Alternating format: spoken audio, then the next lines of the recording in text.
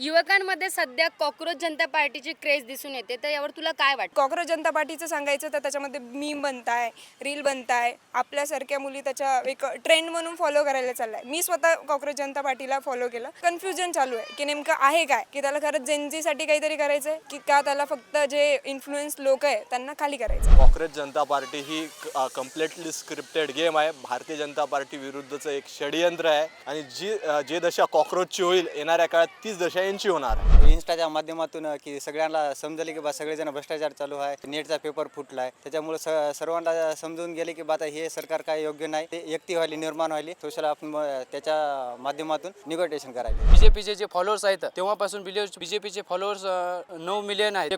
Cockroach पार्टीचे जे नवीन party जे ओपन झालेली आहे त्यांचे 3 ते 4 दिवसामध्ये जवळपास 17 ते 18 मिलियन फॉलोअर्स झालेले आहेत. तरी पण ते त्या फॉलोअर्सला युवा नेतृत्वाने जास्त खंबीरपणाने साथ दिलेली आहे. बीजेपीला टक्कर देते कॉक्रोच जनता पार्टी आली. घरात कॉक्रोच घुसल्यावर आपण काय करतात ते चपलीनं मारायचे काम कॉक्रोचला, दुसरं काहीच नाही. चप्पल जरी नसली घरात हिट असते ना आपलं स्प्रे, बस तेवढंच.